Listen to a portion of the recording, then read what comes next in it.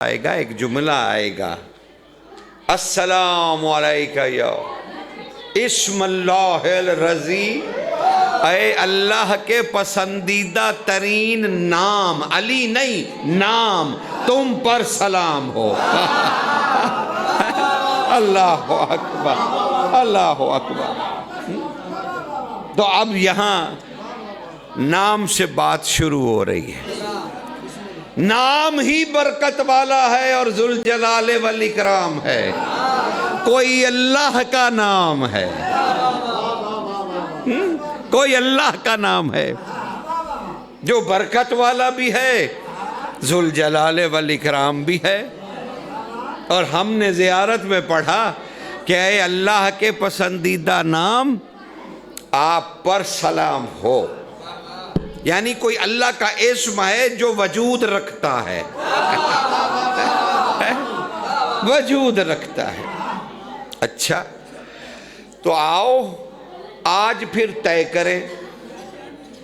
پہلی بات تو یہ ہے، تبھی تو کہا کہ جوش آپ کا ہو گیا، اب ہوش میں آئیے تاکہ دونوں عبادتیں مکمل ہو جائے۔ بھائی دیکھو، پہلے تو طے کرو کہ علی نہیں، طے کیا کرو، آج تک طے ہو نہیں سکا کہ علی اسم ہے یا علم ہے۔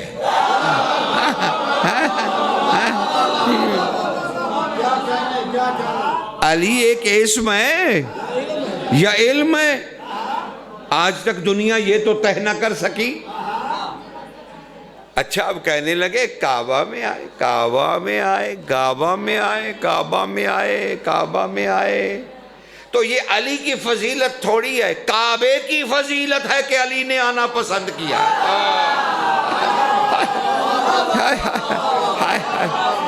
اس کعبے میں علی صرف 3 دن رہے، صرف 3 دن رہے۔ ذرا وہ زہرا کے گھر کا اندازہ کرو جس میں علی ساری زندگی رہا۔ آؤ موازنہ تو کرو، آؤ اصغر موازنہ تو کرے۔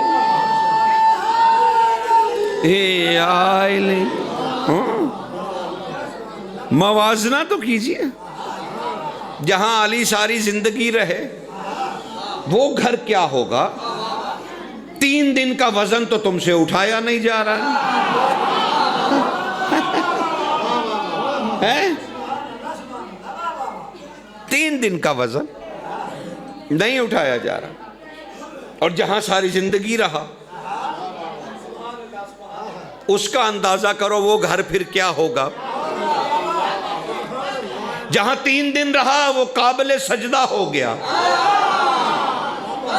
تو جہاں ساری زندگی رہا، اسی لیے علی نے سرکار ابو ذر سے کہا تھا، ابو ذر میرے گھر کی، میرے حجرے کی چھت نہیں ہے، کیونکہ میرے علی کے گھر کی چھت نہیں ہوتی، عرش الہی ہوتا ہے۔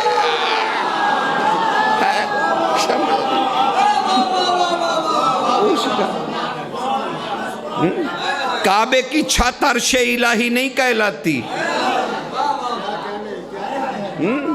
کعبے کی چھت عرش الہی نہیں کہلاتی، لیکن علی نے اپنے گھر کی چھت کو کہا۔ تو ذرا پہلو کھل رہے ہیں، ابھی تو اسم کی حد تک ہیں ہم۔ تو فضیلت کعبے کی نہیں ہے، علی ہے صاحب فضیلت، جہاں قدم رکھ دے، جہاں قدم رکھ دے بھائی۔ اس لیے یہ معاف کیجئے گا، مولود کعبہ کے عنوان سے میں متفق نہیں ہوں کہ بھائی اس لیے علی کی فضیلت آئے کہ وہ کعبے میں آئے۔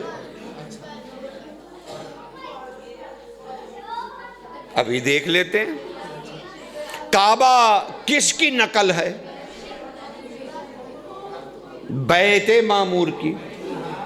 کعبہ کے عین اوپر ہے بیت معمور، وہاں سے کچھ ٹپکائیں تو وہ کعبے پہ آ کے گرے، تو بیت معمور کی نقل ہے کعبہ۔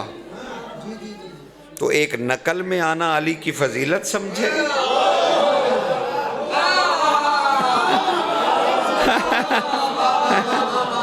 کیونکہ کعبے سے افضل تو بیت معمور ہے. اچھا بیت معمور کس کی نقل؟ عرش الہی کی. یعنی بیت معمور کے اوپر عرش، عرش کے نیچے بیت معمور، بیت معمور کے نیچے کعبہ. یعنی اصل کیا ہے؟ عرش الہی. اب جو نقل ہے، اچھا چلو پٹواری کے پاس جاؤ، اس سے کہو مجھے میری فرد دے دو، بھئی میرا گھر ہے، میرا زمین ہے، وہ دے دو. اب وہ کیا لکھے گا فرد بنا کے؟ نقل با مطابق اصل. یعنی یہ نقل ہے لیکن با مطابق اصل ہے. یعنی اصل اب کوئی چیز اور ہے، یہ فرد اصل نہیں ہے. جملہ کہہ رہا ہے کہ اصل جمع بندی ہے، کوئی ریکارڈ ہے، وہاں سے دیکھ کے نقل بنائی گئی ہے. اب اس میں 5 مرلے کو کوئی 15 مرلے کر لے تو یہ ہو گئی نا جعل سازی. جعل سازی. ہاں اگر وہاں جمع بندی میں 5 کے 15 ہو جائیں تو وہ ہے اصل، کہ بھائی رقبہ بڑھ گیا ان کا. ٹھیک ہے نا؟ تو اب اصل میں تبدیلی ہو تو پھر نقل میں تبدیلی ممکن ہے، ورنہ جعل سازی ہے، ورنہ کوئی معنی نہیں. وہ کاغذ کا ایک ٹکڑا ہے، وہ جعل سازی ہے، اس پہ قابل تعزیر ہے. اب کعبہ ہے نقل بیت معمور کی. اگر تو کعبہ خود بخود پھٹ جائے تو جعل سازی، ورنہ اصل میں تغیر ہونا چاہیے. اصل میں کوئی واقعہ ہو تو اس کا اثر نقل لے. اب بیت معمور معاف کیجئے گا، اب بیت معمور اگر تبدیل ہو جائے تو وہ نقل ہے عرش کی، وہ خود ہو جائے تو جعل سازی. اور اگر عرش میں کچھ ہو گیا ہے تو پھر یوں نہ کہیے علی کعبے میں آیا، یوں کہیے علی کی ماں نے کعبے میں پہلا قدم رکھا، دوسرا بیت معمور پہ رکھا، پھر وہ عرش کے سامنے گئی اور کہا اے علی العظیم علی دے. سمجھ رہے تو یوں کہیے. تو اب عرش پھٹا،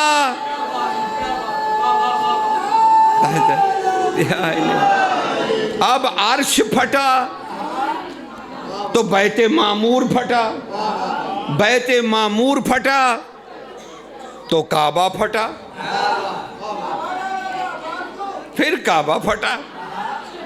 تو یوں کہیے نا مالود عرش.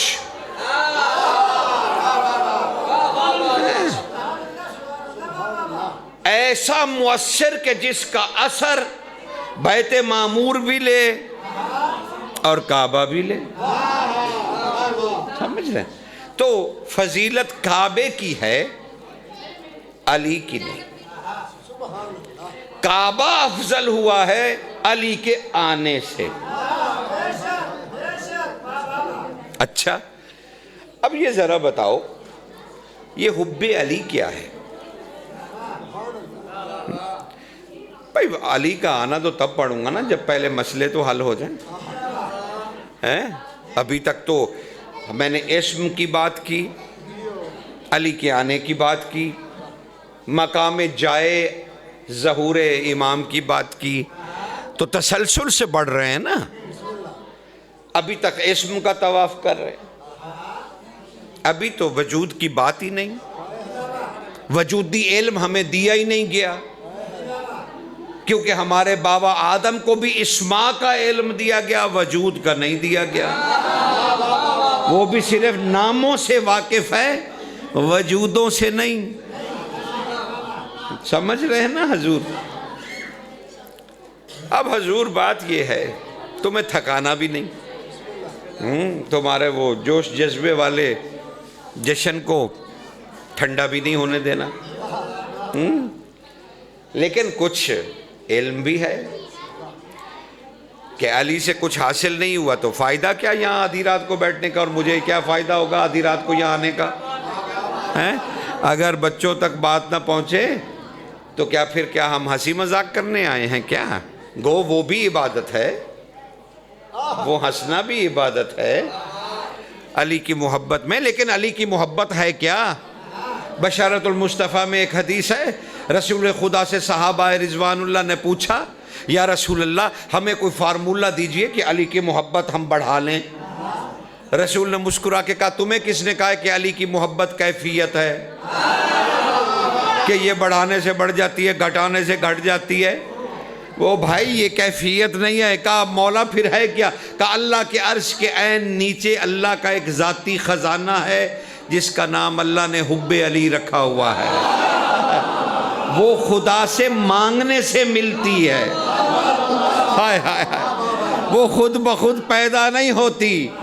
جس طرح سے تم اپنا رزق مانگتے ہو اسی طرح گڑ گڑا کے مانگو کہ اے اللہ مجھے حب علی، تو پھر اللہ تمہارے دل کی طرف دیکھتا ہے، پھر وہ ظرف کے لائق ہو تو اس پہ حب علی نازل کرتا ہے۔ اور رسول کی حدیث ہے کہ مومن کا قلب کعبے کی طرح ہے، جس کی محبت کعبے میں اترتی ہو وہ خود کیا ہوگا؟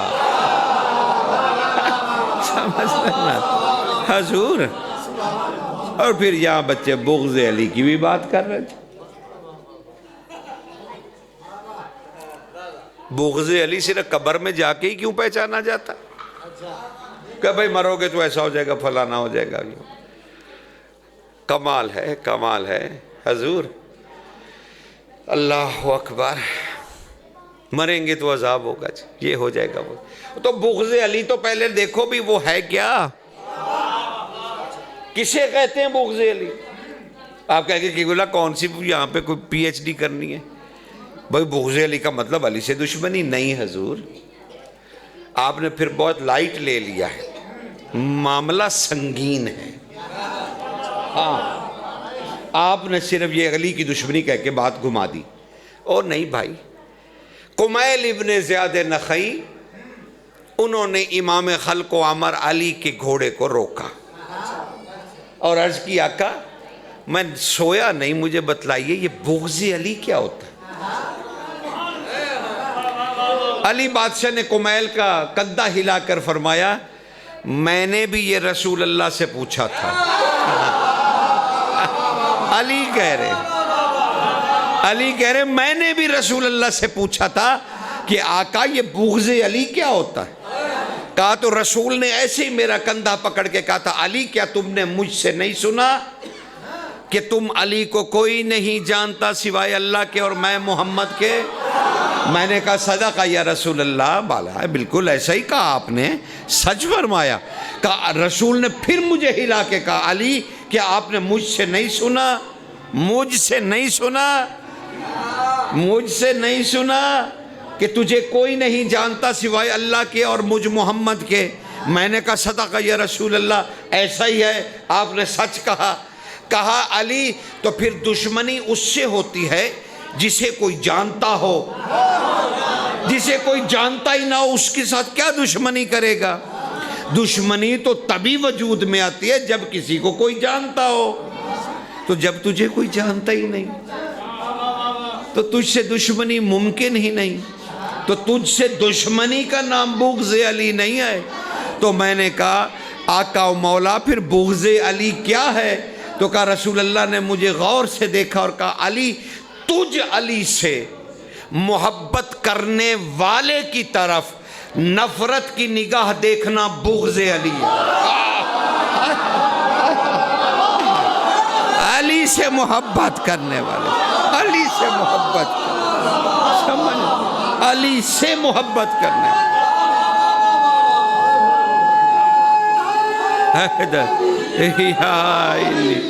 سمجھ، یا علی سمجھ۔ آپ سب کی صحت و سلامت صلوات اللہ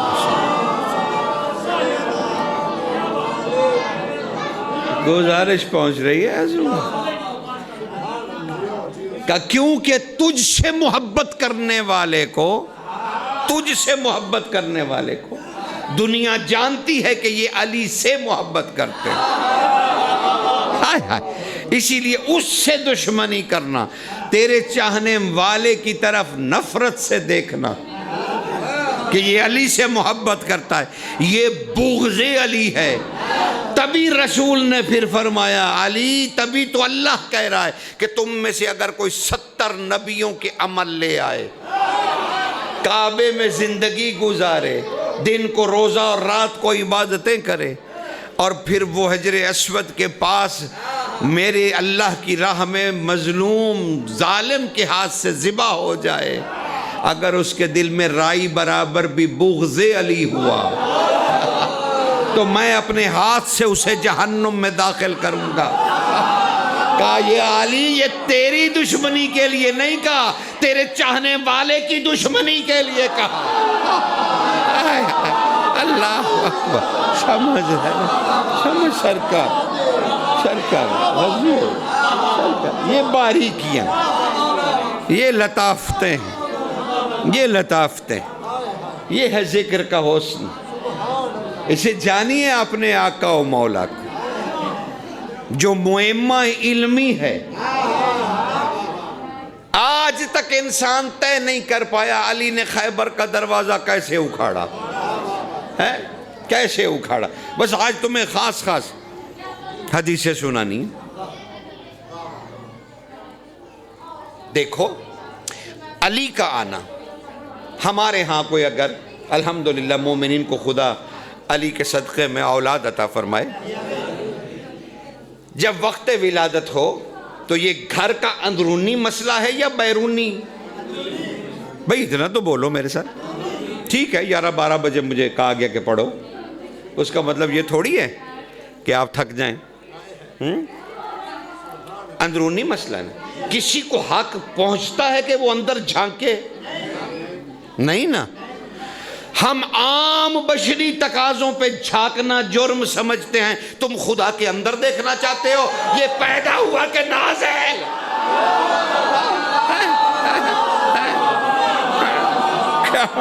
کیسے ممکن ہے حضور؟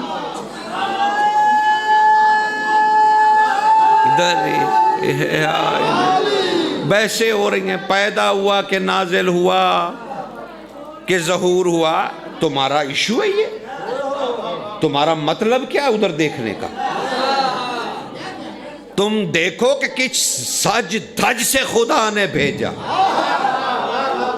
یہ اس کا راز ہے کہ وہ اپنے ولی کو کیسے بھیجے۔ جیسے رسول گئے عرش پر اور نالین اتارنے لگے کہ ساحت قدس ہے، اللہ کا قرب ہے، اور حکم ہوا میرے محبوب کیا کرنے لگے ہو؟ آقا تیرا عرش ہے، ساحت قدس ہے میرے پروردگار، میں اپنی نالین اتار رہا ہوں، کیونکہ تو جہاں بولا تھا، تو نے میرے بھائی موسیٰ کو کہا تھا فَخَلَ نَعْلَيْكَ، اپنے جوتے اتار دو۔ کہا تو کوئی موسیٰ تو نہیں؟ سنتے جاؤ راز خدا۔ اے میرے محبوب، آپ نہیں چاہتے کہ میرا عرش تیرے نالین کو چومے؟ چلے آئیے میرے ساحت قدس میں، اور رسول نالین سمیت ساحت قدس میں داخل ہو گئے۔ عرش چوم چوم چوم کے نہ تھکا، لیکن وہی مصطفیٰ واپس آئے، مکہ میں مسجد الحرام میں داخل ہوئے، داخل ہونے لگے، جبریل نے رخسارہ قدموں کے نیچے رکھ دیا، کہا آقا چھوٹا منہ بڑے کی بات ہے، میرا منہ تو چھوٹا ہے، بڑے کی بات ہے۔ کہا کیا کہتا ہے میرا پروردگار؟ جبریل کہا آقا وہ کہہ رہا ہے وہ میرا عرش تھا جہاں نالین سمیت آ گئے، یہ میرے ولی کے آنے کی جگہ نالین اتار۔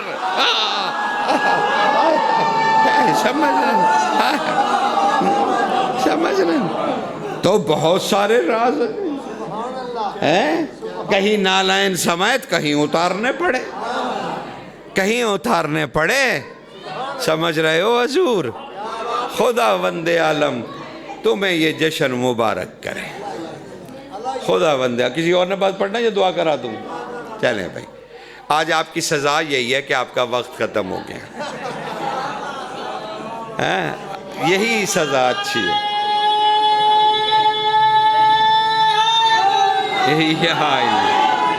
یا رب کریم، مالک تجھے اپنے اسم کا واسطہ ہم آج تجھے ہی تیرے سامنے لاتے ہیں۔